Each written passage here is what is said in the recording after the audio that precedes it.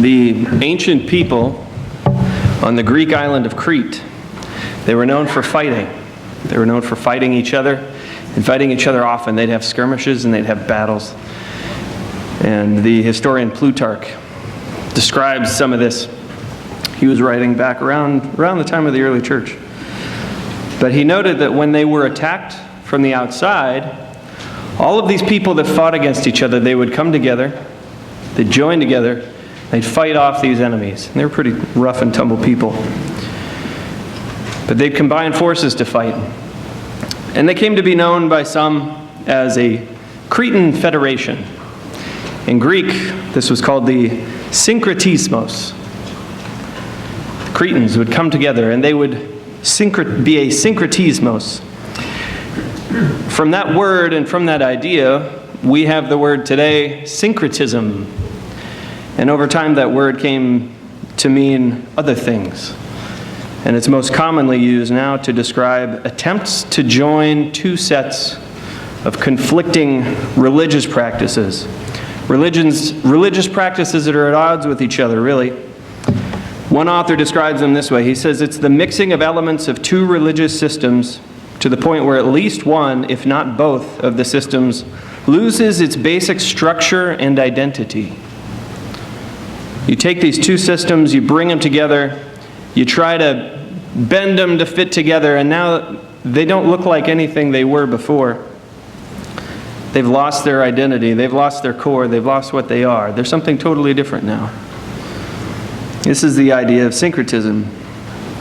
But the history of syncretism, of course, predates Crete. It goes all the way back to the beginning of man's history. Turn over to Genesis 3, if you will. Paul tells us in a couple of places in the New Testament, he tells us that all of these things were written for our examples. Speaking specifically about ancient Israel, he says these things become our examples to the intent that we should not lust after evil things as they also lusted, and that all these things happened to them as examples and were written for our admonition, upon whom the ends of the ages have come.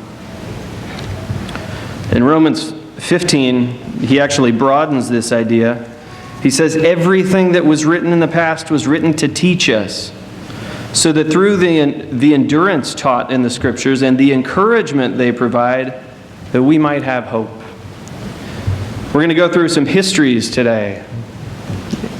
We'll go all the way through, right up to the present time. We'll skip around, of course.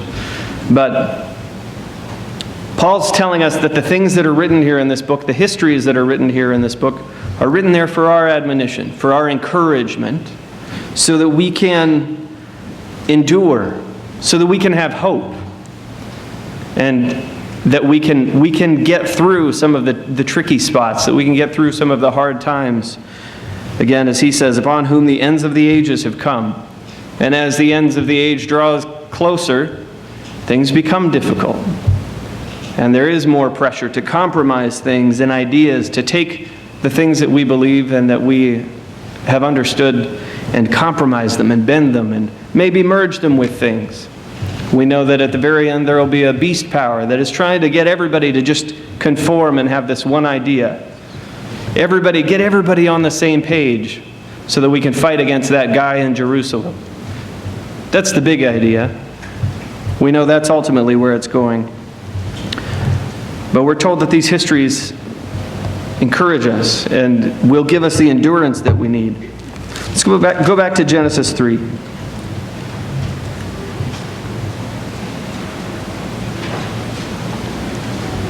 The core idea of syncretism started back here. It started here in the Garden of Eden. Genesis 3 and verse 1. Now the serpent was more cunning than any beast of the field, which the Lord God had made. And he said to the woman, Has God indeed said, You shall not eat of every tree of the garden? And the woman said to the serpent, We may eat the fruit of the tree of the garden, but the fruit of the tree which is in the midst of the garden, God has said, You shall not eat it, nor shall you touch it, lest you die. And the serpent said to the woman, You will not surely die. For God knows that in the day that you eat of it, your eyes will be opened, and you will be like God, knowing good and evil.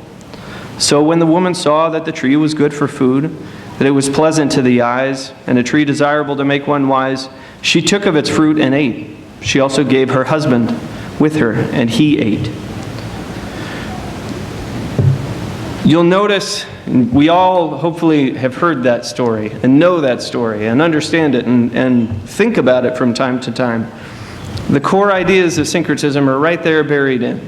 Satan doesn't He doesn't try to get her to just totally abandon God. He doesn't say, well, you should just forget about everything that he told you. He tries to add to it. Let's append to it. Let's mix in this other thing. You know, I know what God has told you, but here's also this other thing. This will make you wise. This is good for you.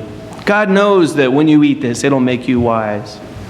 So he adds, he appends, he brings in something else. It's this it's not this wholesale abandonment of God. It's God plus this. God and some other thing. And Satan introduces it from the beginning. And our tendency, our nature is to say, oh yeah, that's interesting. I really like what God is offering. But there's this thing that's interesting too. We should bring that in. That's really neat. This is a good idea over here.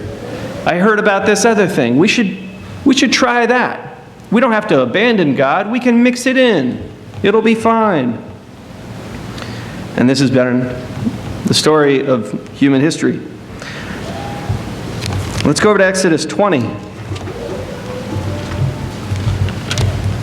Exodus 20 and verse 3. So this is where man has started from. But then God finds this faithful man. He found a few faithful people who would actually put him first and make him the only one. It wasn't just that God was first, it was that he was the only one. For Abraham, God was the only God. He didn't add to anything. He didn't try to append any other stuff.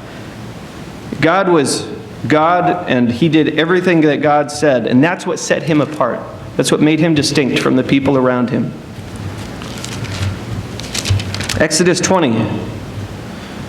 And in verse 3, he says, you shall have no other gods before me. He doesn't just say, you need to worship me. He says, I need to be it. I need to be the only God. No other gods before me. It means you don't have any sort of sitting out here on the table. You're worshiping me over here, and then there are some over here. And he goes on to tell them that they shouldn't have idols. They shouldn't have graven images. That isn't part of worshiping God. And so he makes this very clear and puts it out there and says, I need to be the only thing in your life. The only God in your life. The center and the focus of it. Don't add to it. But we know that didn't last very long. Let's turn over to Exodus 32. So as God was giving those 10 commandments, the people became very fearful. Said, you go talk to God. He's scary. You go talk to him for us. And so Moses went up on the mountain, and he was up there a long time. And the people didn't quite know what was going on. Exodus 32 and verse 1. Now when the people saw that Moses delayed coming down from the mountain, the people gathered together to Aaron and said to him, come and make us gods that shall go before us. For as for this Moses, the man who brought us up out of the land of Egypt, we do not know what has become of him. And so Aaron said to them, that's ridiculous. You just heard that we're not supposed to worship any other gods. No. Aaron said to them, break off the golden earrings which are in the ears of your wives, your sons and your daughters, and bring them to me. So all the people broke off the golden earrings which were in their ears and brought them to Aaron. And he received the gold from their hand, and he fashioned it with an engraving tool and made a molded calf. And then he said, this is your God, O Israel, that brought you out of the land of Egypt. He didn't say, oh, this is that Egyptian God that you remember that they always used to worship. He didn't try to introduce some new God, but he made an idol, and he said, this is your God. This is the God that's up there talking to Moses. This, right here. So when Aaron saw it, in verse 5, he built an altar before it. And Aaron made a proclamation and said, tomorrow is a feast to the Lord.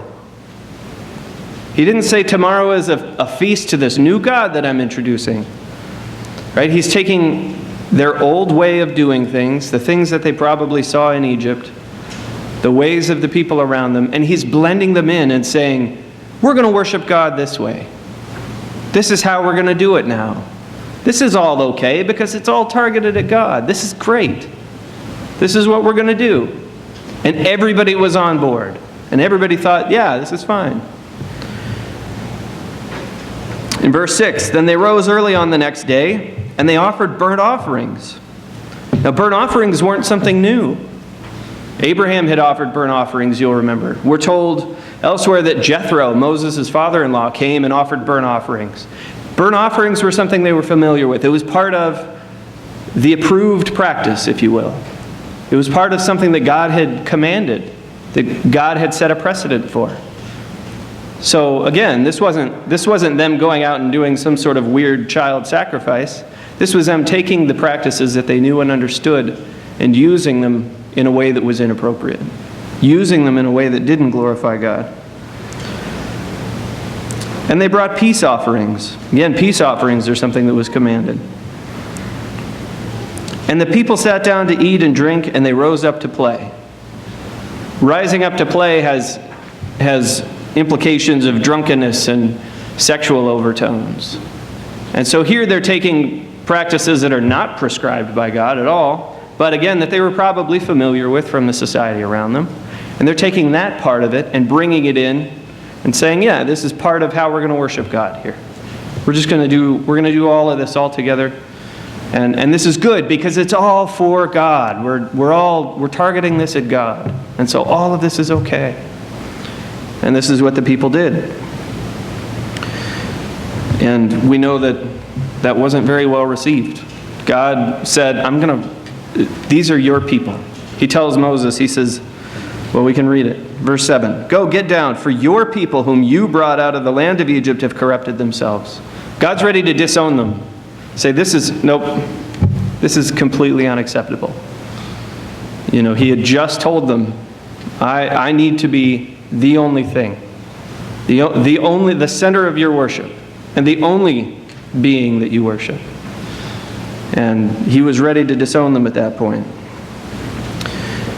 But Moses and God had a discussion, and God agreed to back off from that position. But we see that this was a big issue and a big problem.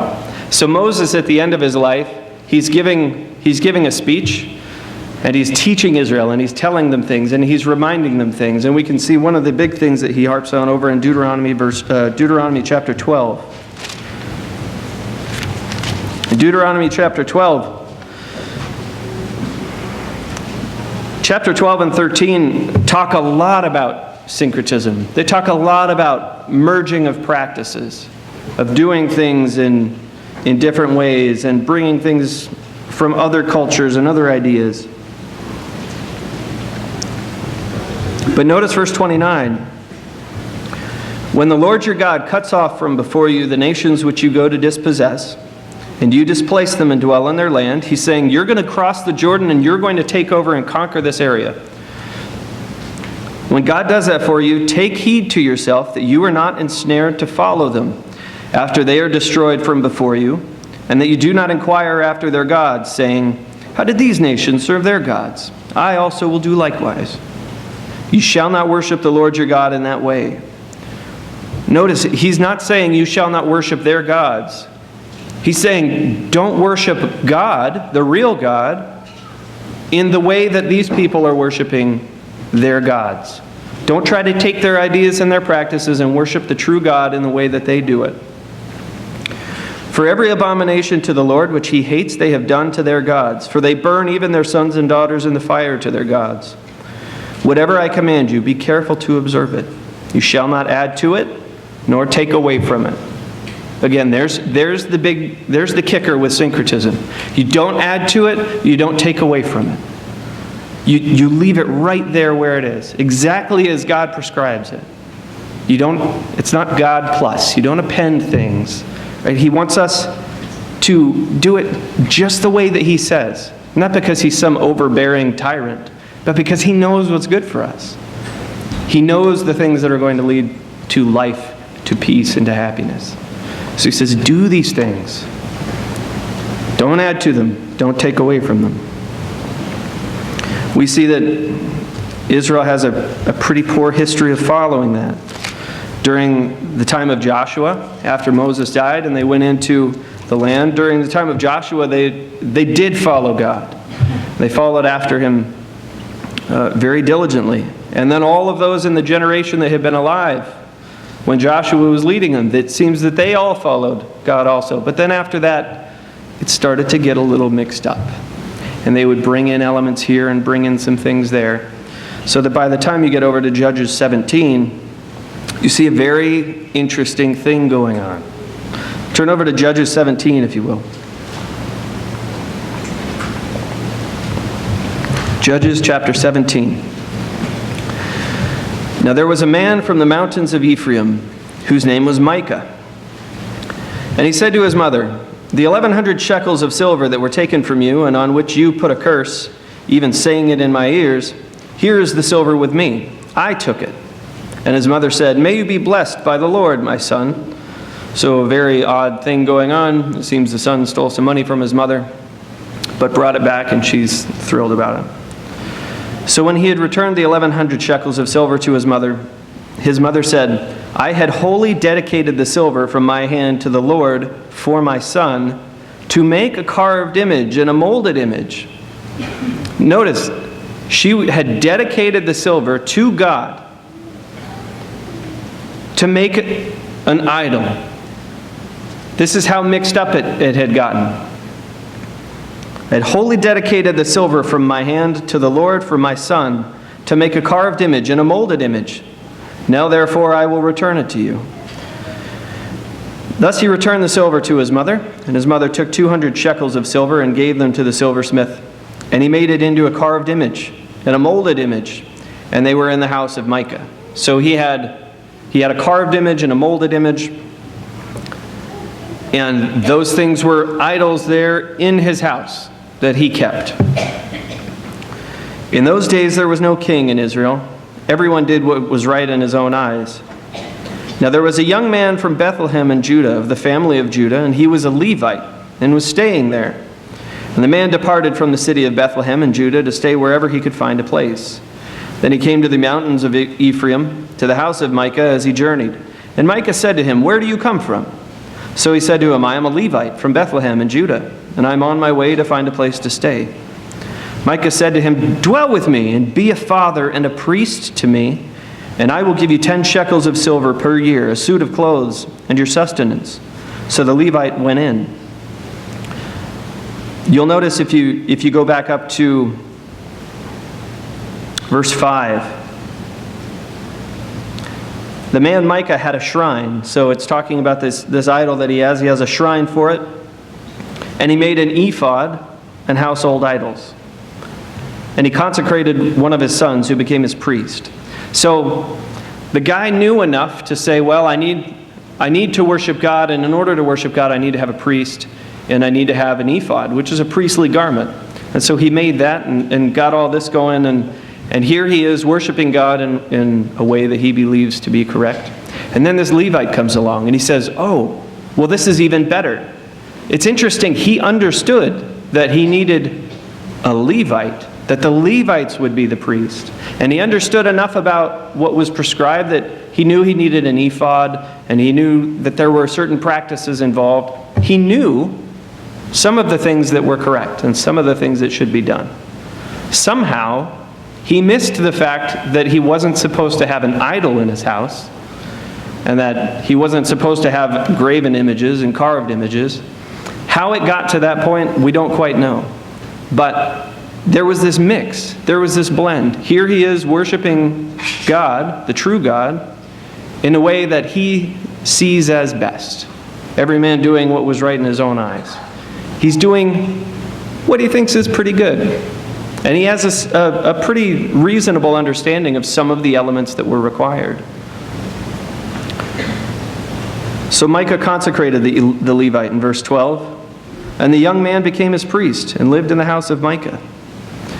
Then Micah said, "Now I know that the Lord will be good to me, since I have a Levite as priest." He said, "I don't just have my son as priest, I've got a Levite. I'm really doing things right here." The story goes on, it doesn't get any better. But we see that there was this idea then and there in that time that these things could all sort of be mixed up. And people were very confused. People had maybe lost knowledge of God, had lost knowledge of His laws and His ways, and they were just blending the religions around them in with what they did have and what they did understand. And this is syncretism. Let's go to 1 Kings 11.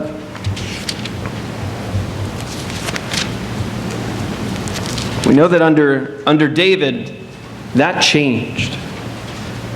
David was faithful to God. And again, God calls him out as a man after His own heart because David was singularly loyal to God, like Abraham. And we see him commended so often. And we know he's going to be rewarded very richly because he was singularly focused on God. There was nothing else. He didn't bring in any of this other nonsense. He was just right there thinking about God, focused on God, writing about God, writing songs about God. His whole existence was focused on God. Solomon, it seems, was following along that line for a while, but it didn't end up well. 1 Kings chapter 11, verse 1.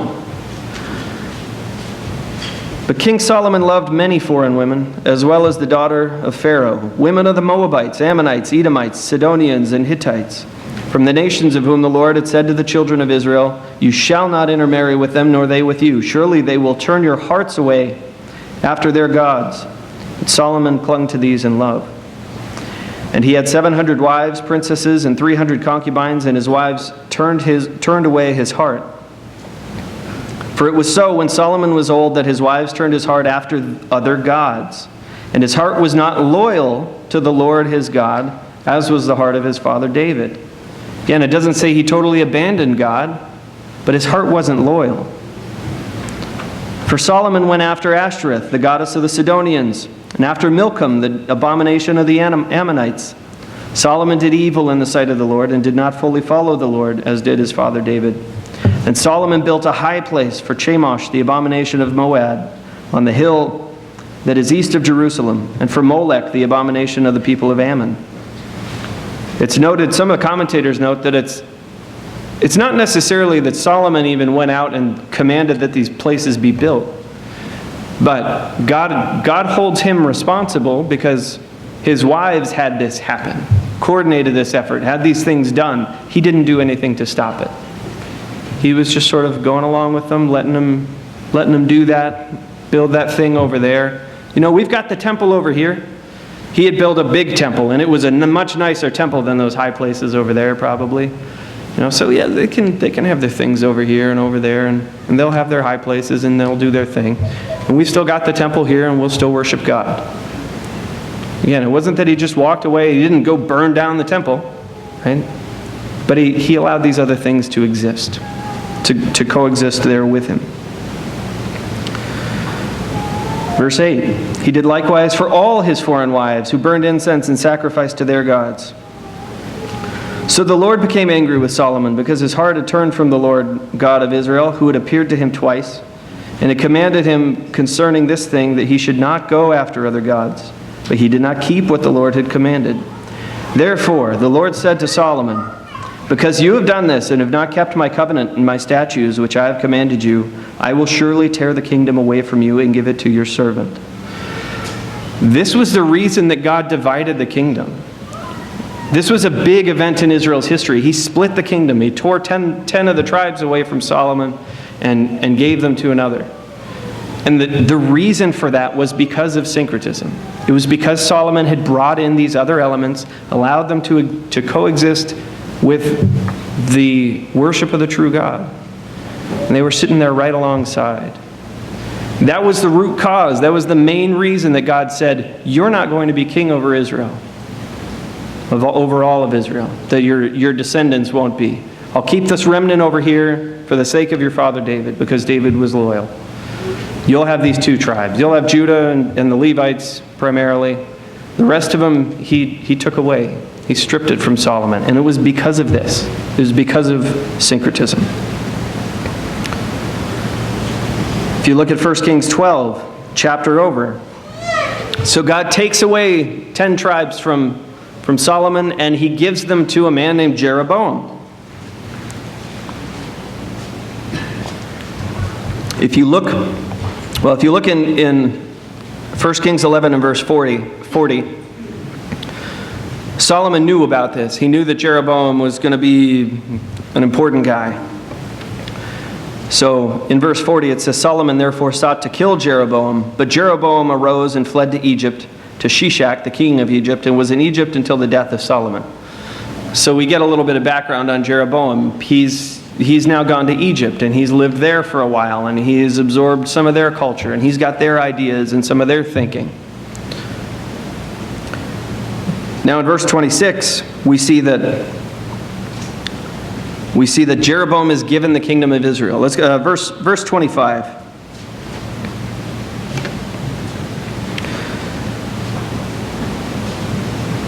Jeroboam built Shechem in the mountains of Ephraim and dwelt there. Also he went out from there and built Penuel. And Jeroboam said in his heart, now the kingdom may return to the house of David. If these people go up to offer sacrifices in the house of the Lord at Jerusalem, then the heart of this people will turn back to their lord Rehoboam, king of Judah, and they will kill me and go back to Rehoboam, king of Judah. So Jeroboam's worried about the security of his reign, of his monarchy. He wants to make sure he's going to be safe. He's trying to figure out how to make sure the people will stay loyal to him. Of course, God had already told him, I've given you these 10. But that wasn't quite good enough for Jeroboam. Verse 28, therefore the king asked advice, made 2 calves of gold, and said to the people, it is too much for you to go up to Jerusalem. Here are your gods, O Israel, which brought you up from the land of Egypt. And he set one up in Bethel, and the other he put in Dan. So he makes 2 calves. Again, this may have been Egyptian influence, which is where he might have learned, hey, we should worship cows. And he makes 2 idols. He sets one up in Dan, which is in the northern end of Israel, and he sets one up in Bethel, which is in the southern end of Israel, on the way to Jerusalem. So as people would be traveling to Jerusalem, they'd have to pass through right where he's installed this idol for them to worship. And he says, these are your gods. This is your God. In some translations, they render it singular, because both of those idols were supposed to represent God, the true God, saying, this is your God that brought you out of the land of Egypt. And so he's setting up an alternative means for them, still to worship the real God, the true God, but do it in this way. Verse 30, now this thing became a sin, for the people went to worship before the one as far as Dan. He made shrines on the high places and made priests from every class of people who were not of the sons of Levi. Jeroboam ordained a feast on the 15th day of the 8th month. Feast of Tabernacles is on the 15th day of the 7th month. And he ordains a feast on the 15th day of the 8th month, like the feast that was in Judah, and offered sacrifices on the altar. So he did at Bethel, sacrificing to the calves that he made. And at Bethel he installed the priests of the high places which he had made. So he said he knew there was priestly involvement in worshiping God. Verse 33, so he made offerings on the altar which he had made at Bethel on the 15th day of the 8th month, in the month which he had devised in his own heart. And he ordained a feast for the children of Israel and offered sacrifices on the altar and burned incense. Elsewhere we read that it wasn't even just that. It was that he allowed anybody from any class of people to be a priest. You didn't have to be a Levite anymore. Anybody could be a priest. He was sort of the original priesthood of all believers guy. And anybody could do this. And actually the Levites left. Many of the Levites left Israel and went and lived in Judah because they recognized that what he was doing was wrong. And so he just opened it up. He opened it up and said, hey, all of this is fine. This is all good. We're still worshiping God. This is all still directed at God. Our intent is really good here. We're just doing things a little bit differently, was all. Again, it was a big deal. And so we see that was the pattern. God assesses them over in 2 Kings chapter 17, if you want to turn over there. 2 Kings 17 and verse 16. So they left all the commandments of the Lord their God, made for themselves a molded image and 2 calves, made a wooden image and worshipped all the host of heaven and served Baal. And they caused their sons and their daughters to pass through the fire, practiced witchcraft and soothsaying, and sold themselves to do evil in the sight of the Lord, to provoke him to anger. Therefore the Lord was very angry with Israel, and removed them from his sight. There was none left but the tribe of Judah alone. He says this is the reason that Israel went into captivity, is because they decided to try to worship God however they wanted to, in whatever way they wanted to, whatever ways they saw fit. It was syncretism. Syncretism was what drove them and ultimately Judah into captivity as well. We see this in the New Testament. In the New Testament, we'll hit some of the highlights.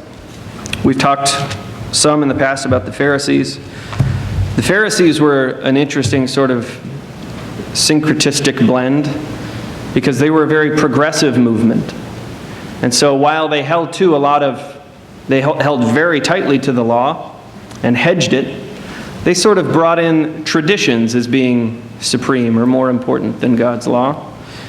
And they brought in what would then have been called perhaps New Age thinking. They were trying to sort of promote things forward, move things forward. They were a very people-oriented group. They weren't just so much about the priests. It was about all of us should be doing things and that are kind of priestly, which is why they had their washings and why they had their special rituals that they did before their meals. It's to sort of copy the things that were done in the temple. So again, they were sort of progressive movement, bringing in some of their own ideas and blending things. We see a few references to the Samaritans in the New Testament. Jesus gives a parable about a good Samaritan, and we see him talking to a Samaritan woman. Over in John 4, he goes to a well and he's sitting there and he's talking to this Samaritan woman. Let's go back to 2 Kings 17.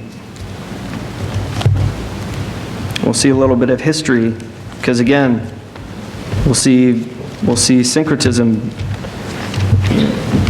very strong here.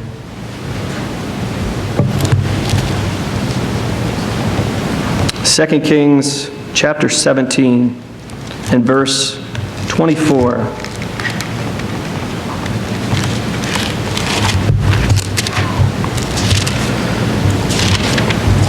So this is after Israel has been taken into captivity by Assyria. The Assyrians were pretty smart and pretty interesting in how they would conquer people. In 2 Kings 17, verse 24, then the king of Assyria brought people from Babylon, Cutha, Ava, Hamath, and from Sepharvaim, and placed them in the cities of Samaria instead of the children of Israel. And they took possession of Samaria and dwelt in its cities. These are the people that became the Samaritans that we see talked about in the New Testament. What the Assyrians did was they cleared out the Israelites and they brought in a whole bunch of transplants. And they said, here, you guys go live here. You occupy these cities. We don't want these people making their way back. And it was so at the beginning of their dwelling there that they did not fear the Lord. Therefore the Lord sent lions among them, which killed some of them. So they spoke to the king of Assyria, saying, the nations whom you have removed and placed in the cities of Samaria do not know the rituals of the God of the land. Therefore he has sent lions among them, and indeed they are killing them because they do not know the rituals of the God of the land. Then the king of Assyria commanded, saying, send there one of the priests whom you brought from there. Let him go and dwell there, and let him teach them the rituals of the God of the land. Then one of the priests whom they had carried away from Samaria came and dwelt in Bethel and taught them how they should fear the Lord. However, every nation continued to make gods of its own and put them in the shrines on the high places which the Samaritans had made, every nation in the cities where they dwelt. So you see, they were back at it, doing a little bit of both. These weren't Israelites. right? But they're now living here. They're trying to figure out, how do we appease this God? Right? This was the pagan mindset. How do we appease this God? How do we make this God happy? He's sending lions here and killing us. So clearly we need to be doing something for the God of this area and make it all work out. So they send a priest. And the priest teaches them how to fear God, how to follow God in some form. And so they do that, and they have their other gods over here on the side, and they're worshiping them all, and it's all fine. They're okay with that. We see Jesus talking to a Samaritan woman, and he says, "You worship what you don't know. The Jews worship what they know." And that was their practice. They did a lot of things that the Jews did, even in Jesus' day, but they blended it. It was all mixed up. It wasn't pure. We see many of the epistles written to combat syncretism, to combat some of the ideas that people were letting in. Let's go over to 2 Corinthians chapter 11.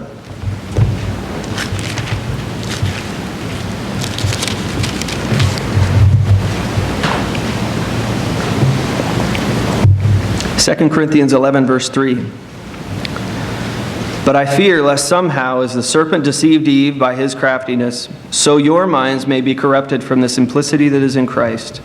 For if he who comes preaches another Jesus, whom we have not preached, or if you receive a different spirit which you have not received, or a different gospel which you have not accepted, you may well put up with it." Paul's saying, I'm worried that you're going to put up with all this false teaching.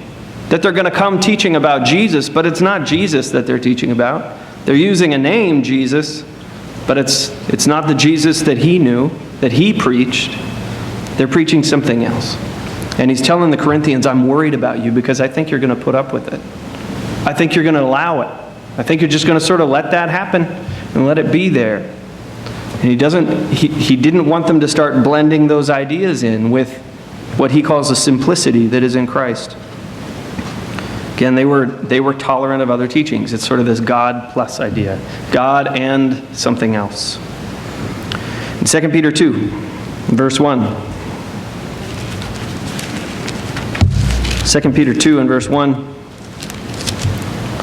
He says, "But there were also false prophets among the people, even as there will be false teachers among you." He's sort of hearkening back to ancient Israel and saying there were false prophets then. There will be false prophets, false teachers among you, who will secretly bring in destructive heresies, even denying the Lord who bought them, and bringing on themselves swift destruction. And many will follow their destructive ways, because of whom the way of truth will be blasphemed. He warns them. He says that's going to happen.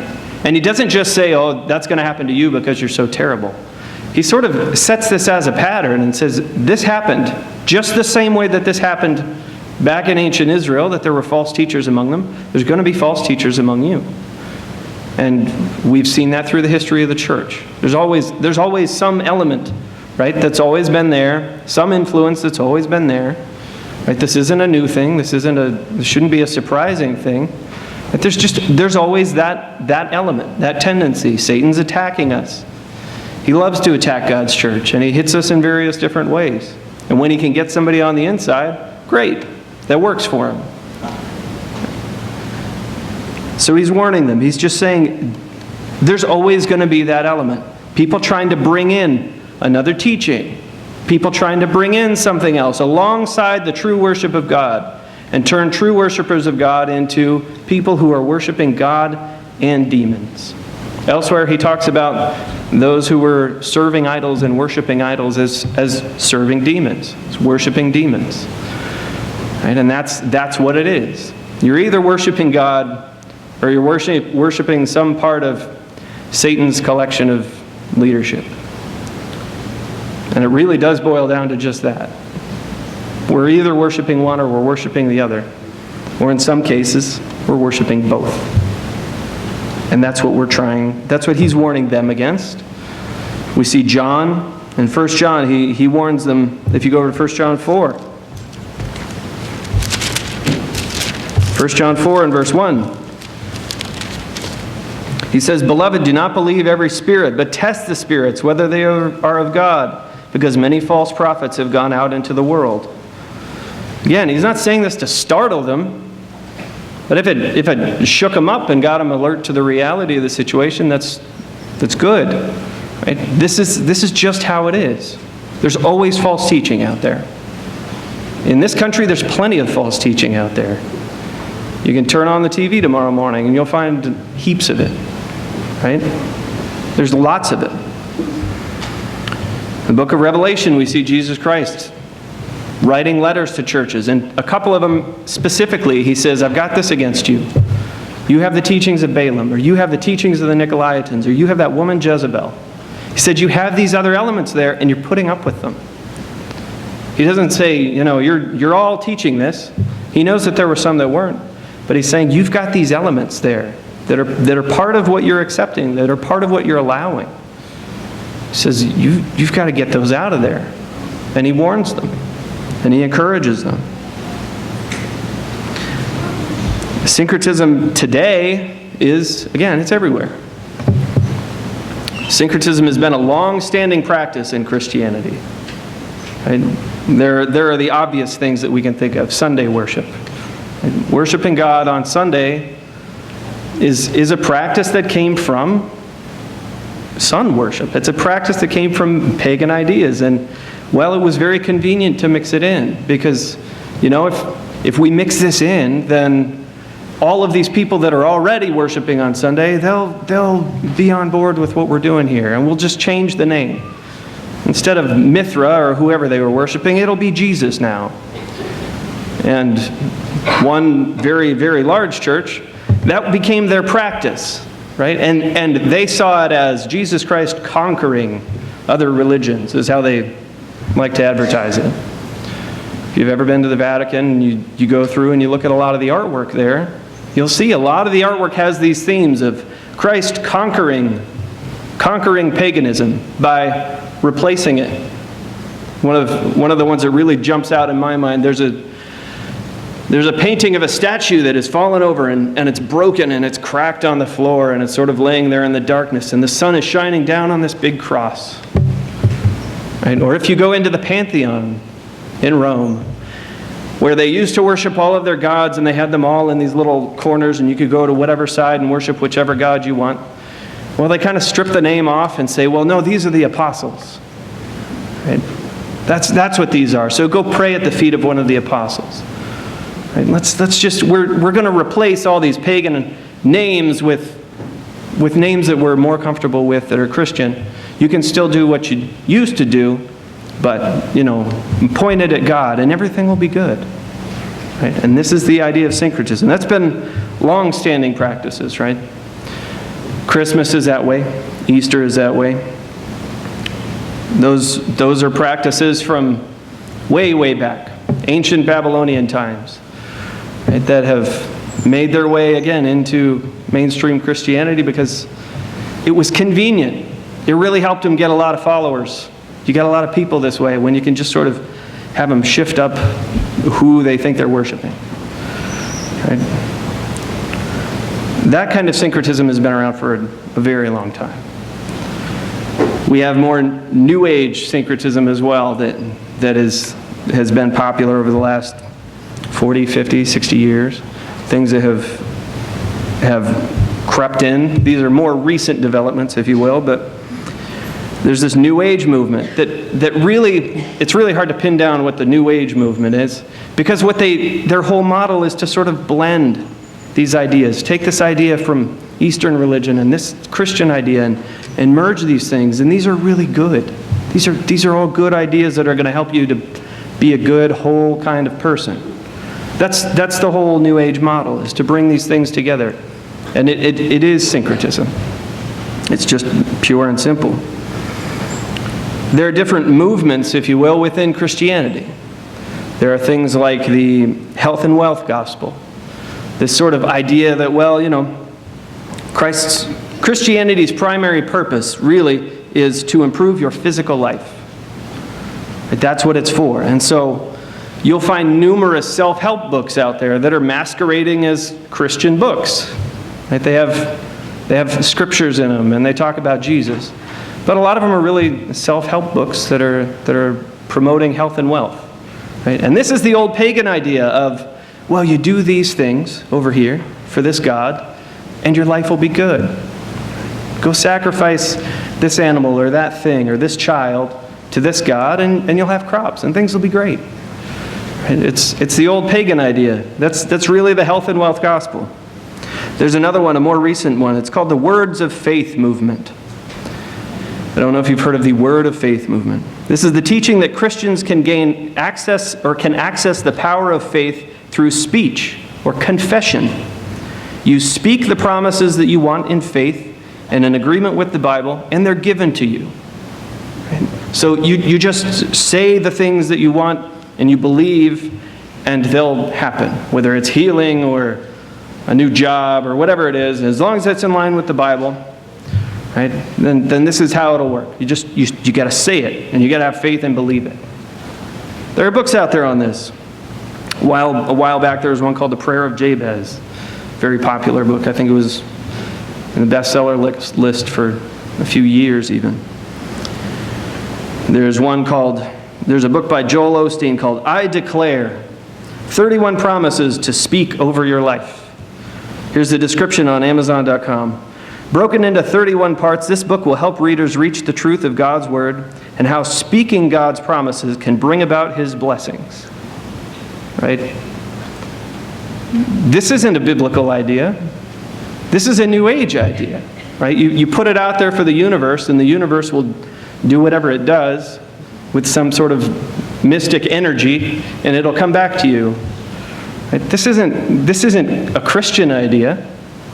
It's a blending of New Age ideas, of modern ideas, bringing them in and saying, this is how we should worship God. Right? Because we'll call it faith, and we'll call it confession, and we'll call it words that we see in the Bible, and we'll just sort of mix them all together. There's a very popular movement, it's been a movement for decades, called ecumenism or ecumenicalism. And really the goal of that movement is to unite Christian denominations, to say, well, all of these different warring factions, right, of Christianity, we should bring them all together. Kind of like the Cretans on that island that would all come together and fight against a common enemy.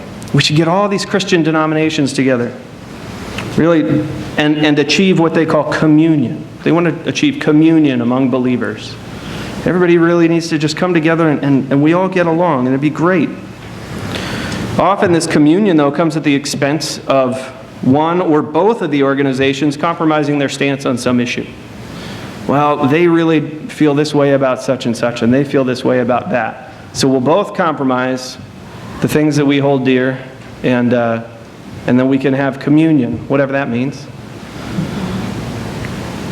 Right, but that whole movement promotes syncretism by encouraging groups to accept and even approve of the doctrinally erroneous ways of the other groups.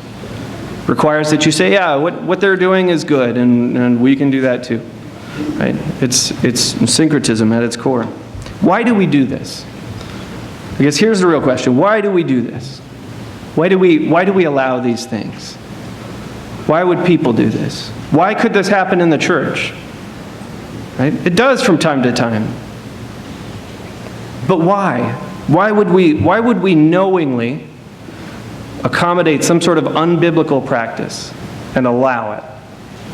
Why would we merge and blend something when we know that what we want to do is worship God purely, sincerely?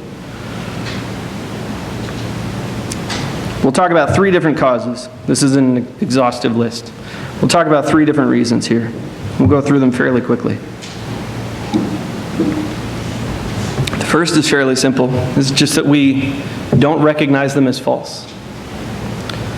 There are some times where we will end up caught up in some sort of syncretistic way of thinking because we don't recognize it as false. We don't know that it's wrong, right? When you think about Micah's shrine, right? He had his little shrine that his mom made for him, and he had his Levite, and he had all of his stuff sort of going on because he thought that's what was right. It was sincerely intended.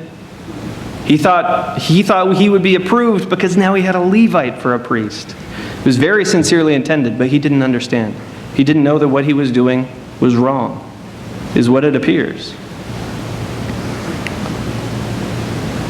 He was only partially informed or misinformed. In the case of the Samaritans, right, they wanted to be informed. How do we get this God off of our backs? And so they came and they were informed, and they were taught by a priest, but they were only partially informed. They didn't get the whole picture that, no, you have to worship God and God alone. And they sort of pursued him half-heartedly. So they didn't really know, and they didn't really care to know fully. They just wanted to get the lions to stop attacking them, really, is what it was about. Sometimes we don't recognize things as false because maybe we're not feeding on the right things. Sometimes I can let a thought get into my head and think, wow, that's a really interesting idea.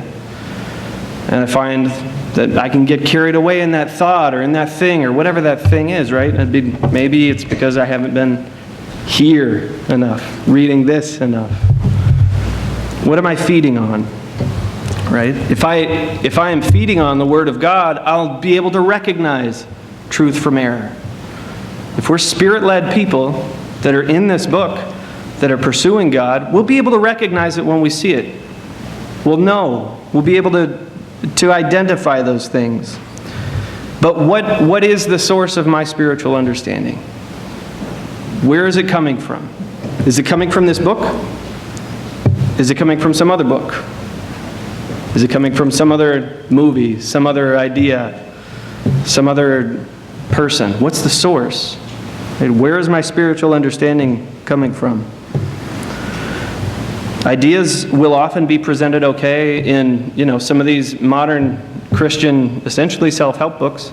They're presented as okay because the intent really is to praise and glorify God. Here's what it's about. This is why we're doing it. But at the core, it's all broken. It's not actually focused on God at all. We hear this with, if you've ever talked to somebody about Christmas observance or Easter observance, it's very common to be met with the reaction that, yeah, I know this comes from other things, but now we do it to praise God, right? And in that case, they can't even fall back and say, well, I didn't know that it wasn't true. There's just sort of a glossing over and sort of ignoring that, it's okay because the intent is good. But what are we feeding on? What are we feeding on? Which book are we reading the most? Which book is the source of our spiritual understanding about God? Where does that come from? Deuteronomy 8, verse 3.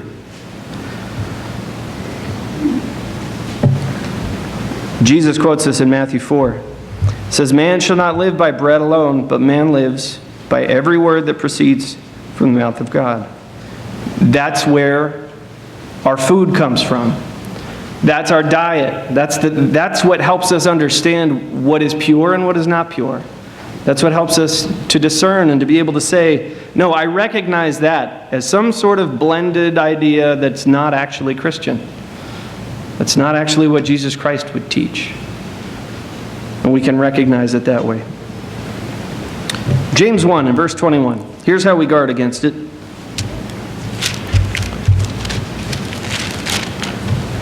James 1 and verse 21. "Therefore lay aside all filthiness and overflow of wickedness, and receive with meekness the implanted word, which is able to save your souls. But be doers of the word, and not hearers only, deceiving yourselves. For if anyone is a hearer of the word and not a doer, he's like a man observing his natural face in a mirror. For he observes himself, goes away, and immediately forgets what kind of man he was. But he who looks into the perfect law of liberty and continues in it, and is not a forgetful hearer, but a doer of the work, this one will be blessed in what he does." So here's how we guard against this sort of failure to identify some syncretistic teaching. We have to look into this word, not just hear it, but do it. We have to be looking into it and living it. It's fairly fundamental. It's fairly basic. And we know this. These are things that we know and that I think we all try to do. But this is where we need to be pursuing. We need to be, as we've heard about this year, we need to be laboring in this word. This is where we need to be working and focusing and teaching and applying things to our life. Right? There are other books, there are a lot of things written. But this needs to be our source. This is our spiritual source. Another reason that people will accommodate syncretistic teaching is because it appeals to our human nature. Right? There's something in it that even though on the surface we might recognize that it's false, there's something about it that appeals to our human nature, and we can rationalize somehow that it's okay. This is what Israel did at Mount Sinai. Moses was gone, they didn't know what they were going to do. Let's worship God, and let's do it in the way that we know how, which is idols. And it kind of appealed to them. It made them feel safer. It made them feel maybe more at home. We don't know. There was the sensual element of rising up to play that probably appealed to them. But it appealed to some fundamental lusts. Jeroboam, when he instituted false teaching, it was for his own good. It was to ensure the security of his monarchy. He did it for his own purposes, and he introduced things. And the people accepted them for the same reasons. It appealed to their human nature. They thought, oh, good, we don't have to travel all the way down to Jerusalem. And we can all be priests now? This will be great. That's really great. I like this. And it was more accommodating. You know, you could have your household gods and worship God. This all works for me, right? And it's still good because I'm worshiping God. We'll just blend it all up and it'll be okay, because it's all really at the end it's all targeting the same God. Right? This appealed to people's human nature. This really gets down to a fundamental question of, why do I serve God? Why am I here? What is the intent of my worship? Why do I do this? Why are we here today? What's our goal? What's our purpose?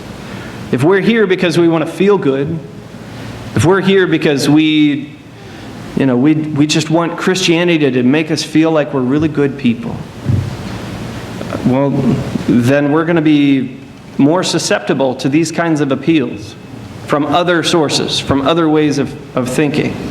We're going to think, oh yeah, I can do that because that'll make me a better person, and it'll make other people feel better, it'll make other people like me, or whatever it is. Right? Those things appeal to our human nature. But that's not why we're here. Let's go over to Romans 13.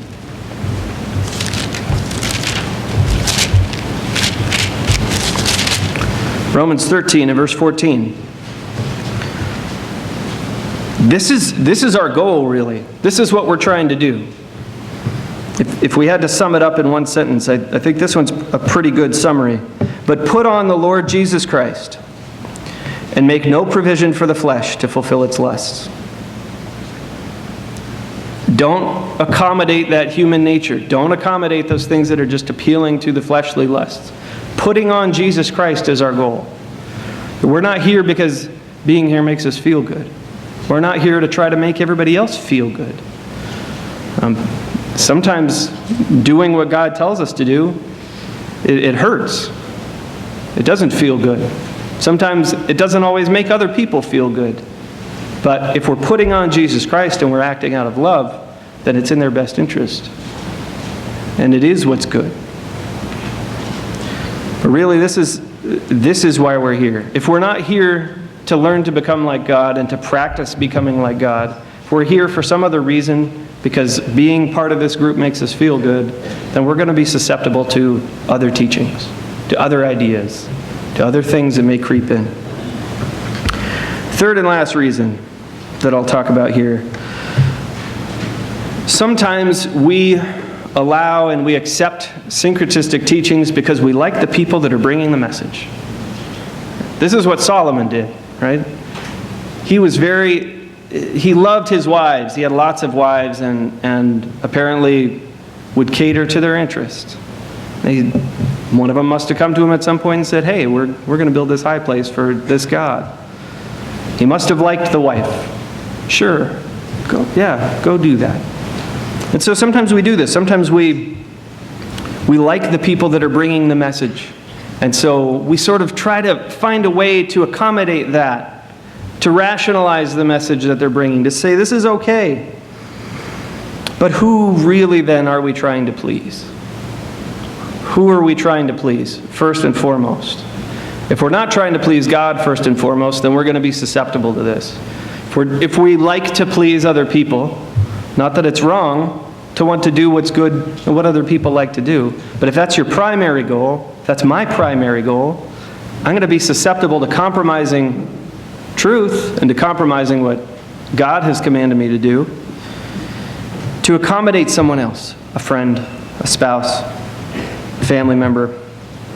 We can rationalize behavior because we want to make ourselves feel okay. Sometimes we compromise just to make ourselves feel better, to make our own to make our feelings good about someone. We don't want to feel exclusive or elite. And so we kind of compromise and say, yeah, these people must be okay too. We can't just think that we're all that special. Right? And so, of course, we don't elevate ourselves above other people, but at the same time, we can't accommodate and say, oh, all these people are all right, just, because I want to feel like all of them are okay. It's kind of silly. Sometimes we really respect how dedicated, how sincere people are. You and I both probably know quite a few people who we look at how they live their lives and we think, wow, it's really a shame that we aren't more like that we don't live our lives more that way, that we don't have some of those character traits, that we don't have that discipline or whatever it is. And so then we try to rationalize and say, well, this person is a really good person. I really like this person. I really respect what they're doing, and what they're doing is really okay. And then we try to rationalize what they teach and what they believe as okay. And say, well, there must be something to it. This really must be okay. I know that what they're doing is what the Babylonians did 5,000 years ago. And I know that they're keeping those holidays that have been around for thousands and thousands of years. And I know that they believe in things that are totally contrary to the Bible, but I really like these people. I really want to feel okay about them. Really, it ends up being just sort of self-gratification. We don't have to feel that way about them. God has a plan for them. We sort of need to lengthen our timeline or lengthen our view. God has a plan for those people, for all of those really wonderful, really sincere, really dedicated people. He has a plan for them, and there's no reason that we can't love them. There's no reason that we can't know them and be good neighbors and have friends. Right? There's no reason that we have to sever ourselves from those kinds of people. Right? But we also don't have to rationalize and try and say, well, these must be God's people somehow, even though I know that nothing that they teach is godly.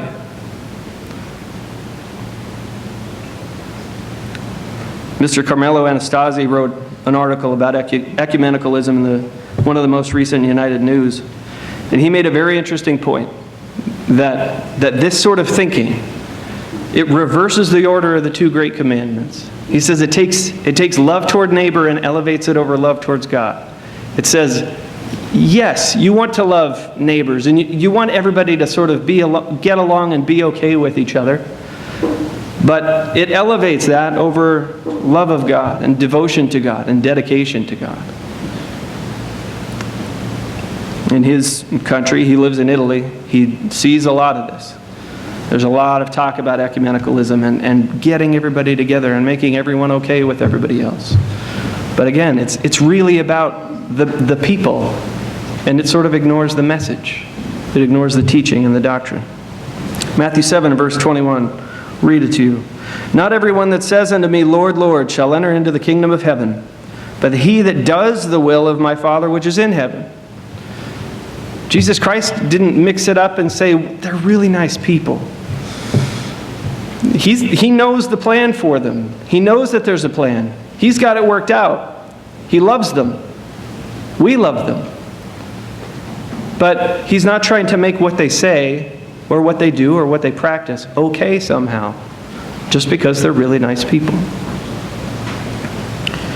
Let's go back to Deuteronomy 12 and verse 29. We'll wrap up here. Deuteronomy 12 and verse 29. This command is just as true for us today as it was for them.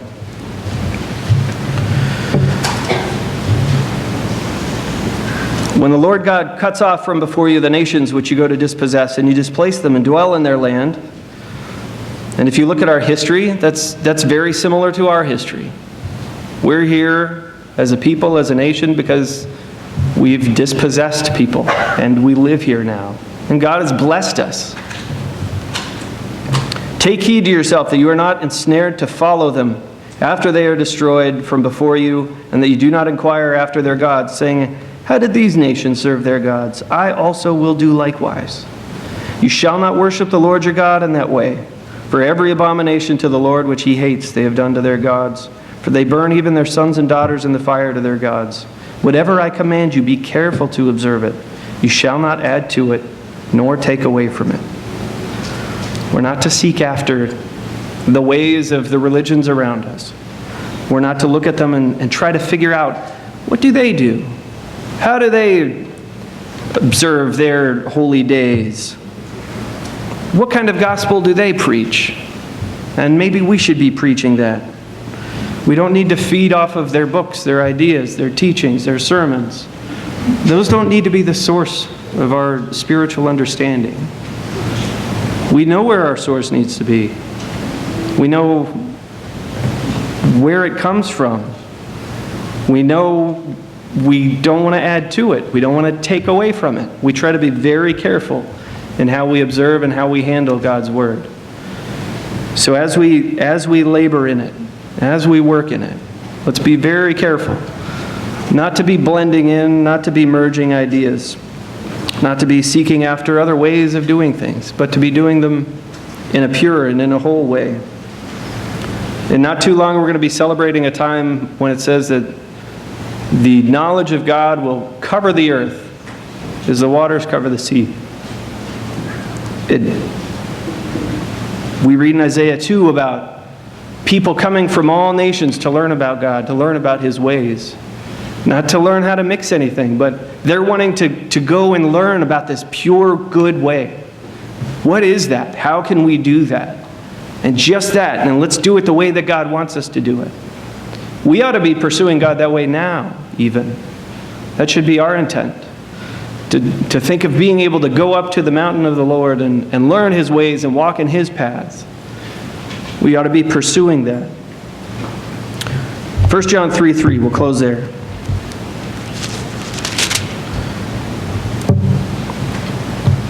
We have that hope. We have a hope of being a part of that kingdom, of being able to help those people at that time to learn this pure and good way. A time when this way will be practiced both in spirit and in truth. Not compromising one or the other. Nothing will be blended. Nothing will be added to. It will be pure. John tells us this as he was writing to a church late in the first century. He's struggling to get them to have this same focus as they were bombarded by all the different ideas of their day and the different Christian movements that were coming up and creeping their way into the church. He encourages them with this. He says, and everyone who has this hope in Him purifies himself, just as He is pure. We have that hope in us. Let's purify ourselves and purify the way that we seek our God.